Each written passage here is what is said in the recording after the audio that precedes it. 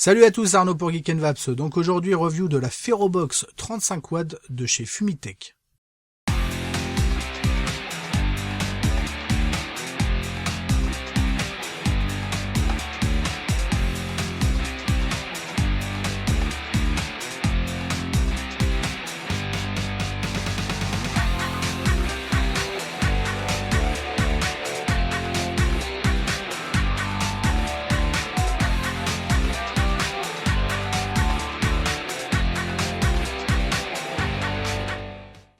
Alors cette review, elle va être un peu particulière parce que elle va servir entre guillemets un peu de mode d'emploi pour une personne à qui je vais envoyer cette box accompagnée d'ailleurs d'atomiseur et de liquide qui va se lancer dans la e-cig, qui va essayer d'arrêter la clope tout simplement.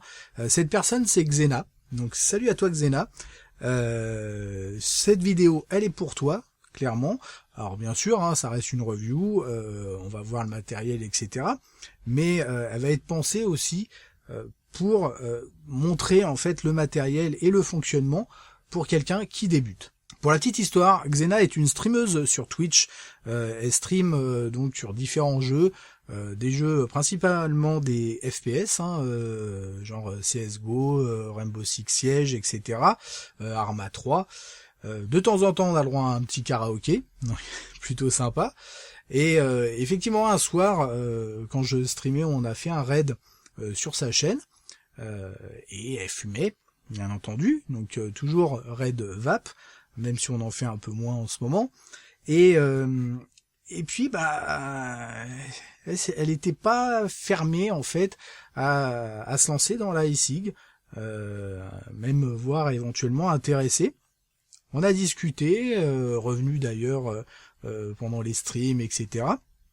Et du coup, je me suis dit, je vais lui envoyer un petit setup de départ.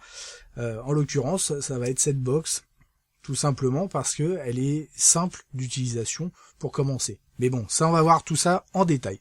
Donc notre box est une box électro à tension variable ou puissance variable. Elle fait les deux. Elle va pouvoir aller de 3 à 35 watts ou de 0,9 à 11 volts. Elle va pouvoir accueillir des résistances allant de 0,3 ohms à 3,5 ohms. Bon, 3,5 c'est un peu énorme.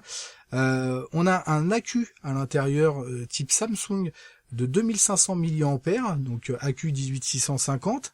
Attention, qui est intégré, qui n'est pas amovible et qu'on va pouvoir recharger via un câble micro USB.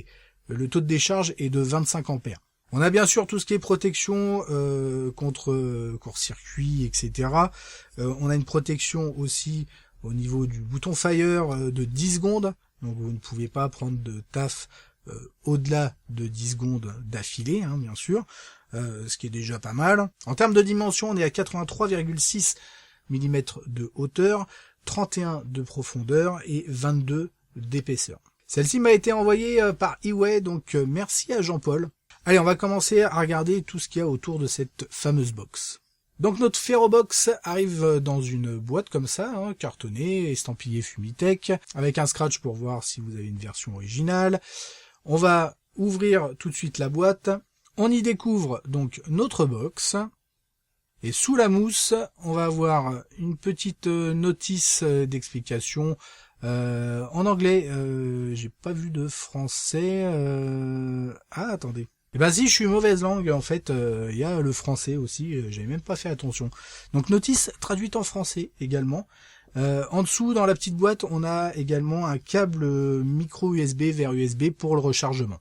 Donc voici la box d'un peu plus près, box donc couleur noire, il existe plusieurs couleurs au niveau du corps, partie métal, hein, assez brillant, hein, c'est ce contraste en fait entre ce noir qui est pas du tout brillant et le brillant est plutôt pas mal. On a un connecteur 510 classique, donc ce qui va nous permettre de visser nos différents réservoirs, avec un système donc de connexion sur ressort pour pouvoir s'ajuster facilement. On a une bague ici qu'on peut dévisser. Alors dévisser, ça va nous permettre d'une part de nettoyer éventuellement plus facilement si ça vient couler un petit peu.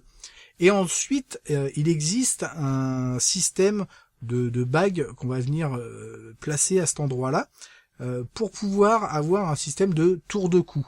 Bon, l'accrocher autour de cou, bon pourquoi pas, mais ça fait un peu gros. On a le bouton Fire, donc qui est le plus gros sur le dessus. Ensuite, on a un écran qui est relativement grand par rapport à la taille de la box. Un bouton haut, un bouton bas, ou plus et moins. Et un quatrième bouton, qui est un bouton marche-arrêt. Alors ça, c'est pas mal aussi quand on débute, parce que le coup des 5 clics, des fois, ça peut être un peu embêtant. Donc là, on a un bouton marche-arrêt. En dessous, on retrouve la connexion micro USB pour le rechargement donc de notre box. Du coup, pour venir allumer notre box, il suffit de rester appuyé quelques petites secondes sur le bouton on-off. Donc là, j'appuie et directement, ça s'allume. On a le petit Fumitech et ensuite, on arrive sur l'écran. Donc l'écran où on va avoir toutes les informations, le niveau de la batterie, la résistance exprimée donc en ohm, suivant votre atomiseur, les volts, donc suivant ce que vous avez réglé au niveau de votre puissance, et donc votre puissance exprimée en watts. Donc on va pouvoir monter et descendre par incrément de 0.1, comme on le voit, et monter jusqu'à 35 watts, ce qui est plutôt pas mal. On a quelque chose de relativement puissant pour une petite batterie comme ça, et surtout pour débuter, et descendre jusqu'à 3 watts, ce qui sert pas à grand chose, puisque personne ne vape aussi bas. Donc on va se régler là à 12 watts. Alors on a la possibilité, en appuyant simultanément sur le plus et le moins, comme on le voit, à changer l'orientation de l'écran. Donc ça, c'est une petite option toujours pratique. Suivant comment vous prenez votre box, ça va être plus ou moins simple. Donc effectivement, c'est plutôt pas mal. On a également, via 3 clics sur le bouton Fire, possibilité de passer d'un mode tension variable à un mode puissance variable. Donc là, 11 volts maximum, et minimum, on est à la 3.2, mais en réalité on peut descendre un peu en dessous.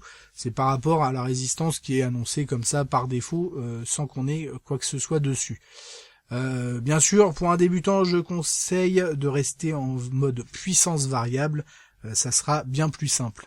Alors ce n'est pas fourni avec la box, mais encore une fois, c'est pour pouvoir montrer à Xena comment fonctionne le réservoir que j'ai décidé d'envoyer. Donc j'en ai 2 que je lui envoie. C'est le GSR2, en l'occurrence 19 mm, qui a une capacité de 2,5 ml, ce qui est plutôt pas mal. Donc on a un drip tip 510 amovible qu'on peut nettoyer du coup facilement. Et ensuite on va pouvoir dévisser donc la base et le réservoir pour pouvoir faire notre remplissage et changer la résistance. Donc je dévisse les 2 parties. On a donc cette partie réservoir, on verra tout à l'heure comment le remplir. Donc en une seule pièce, tout simple, nettoyage, on le passe à l'eau, on laisse sécher, quand on change de liquide bien entendu, ou quand même régulièrement. Et ensuite donc notre plateau avec la résistance. Donc là on a les arrivées d'air, qui sont les 2 fentes, les 2 cyclopes à la base, et donc notre résistance qui se trouve ici, qu'on va pouvoir dévisser comme ceci, très simplement. Donc les résistances, la résistance fournie est à 0,75 ohms, et donc on va pouvoir remplacer cette résistance dès que le goût est détérioré, ou en moyenne à peu près toutes les 3 semaines. On voit que sur la résistance, donc on a 0,75 ohms et une plage conseillée d'utilisation qui est entre 8 et 25 watts. Donc ça permet d'avoir un point de repère en fait pour le réglage sur la box. On va régler donc pas trop au début, bien entendu, et puis monter suivant nos besoins. Mais on sait que typiquement avec cette résistance là, on va éviter bien entendu d'être à 35 watts directement, ça serait pas bien. Alors, je t'ai prévu quelques liquides. Donc là, on a un alpha liquide, le FR Mint, puisque je sais que tu fumes des menthols. Donc en 11 mg. Là, c'est le plus fort du petit pack. C'est aussi un moyen de tester les différents taux de nicotine et voir ce qui va être le mieux pour toi. Ensuite, et on en avait parlé, du pomme cannelle de chez Green Vape en 6 mg. Donc là, on va descendre un petit peu. je pense qu'on devrait être pas mal au niveau du 6 mg. Et comme tu as des origines italiennes, du Svapo Spritz, donc qui est un mélange d'agrumes et de champagne, tiré d'un apéritif italien, qui est en 3 mg. Donc là, on va encore descendre.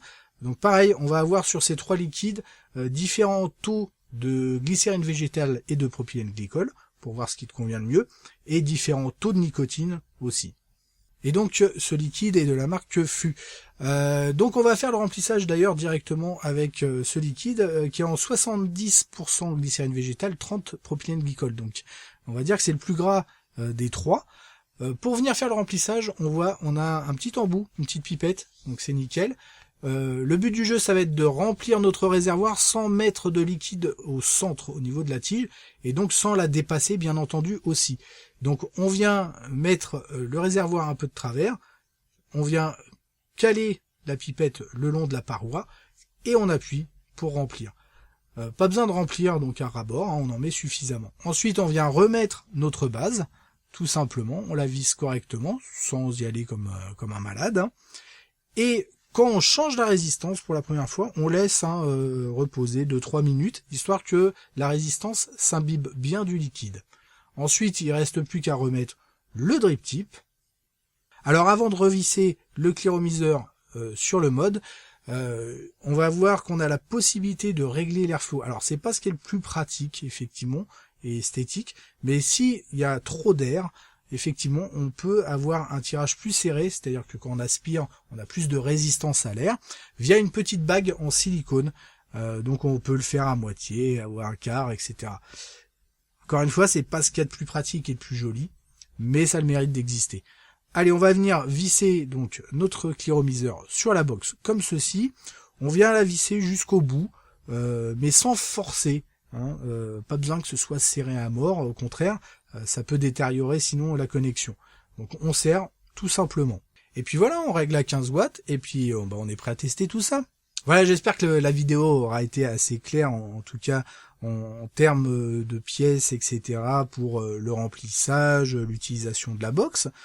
Donc là, comme je disais, je suis à 15 watts, donc ce qui est plutôt pas mal. Un liquide qui est relativement gras par rapport à cet atomiseur. Et puis on est parti.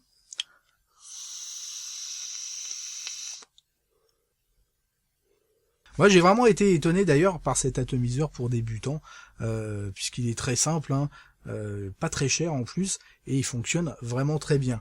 En tout cas, la box elle aussi marche sans aucun souci. Le réglage, prise en main, franchement rien à dire.